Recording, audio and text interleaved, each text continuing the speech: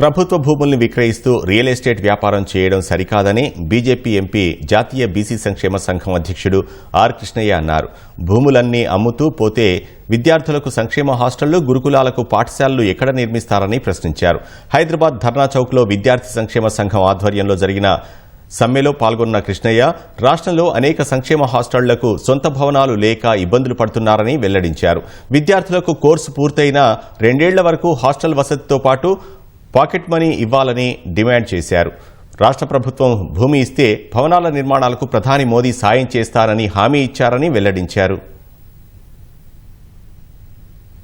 Hostel Hyderabad లో 100 hostel ఉన్నాయి, college hostel. ఒక్కదానికి కూడా సొంత భవనం లేదు.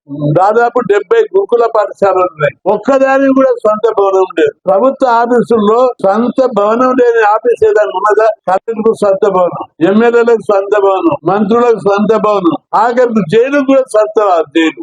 ఏ దానికి కూడా అద్దె భవనం లేదు. మా అగ్వ దొరికిన మా బీసీ హాస్టళ్లు, ఎస్సీ హాస్టళ్లకు సొంత భవనం లేకుండా అద్దె భవనాలు తీసుకొని 3 ఏళ్ల దాకా అద్దె కట్టడం లేదు. దీంతో అద్దె యజమానులు గొడవలు చేస్తున్నారు.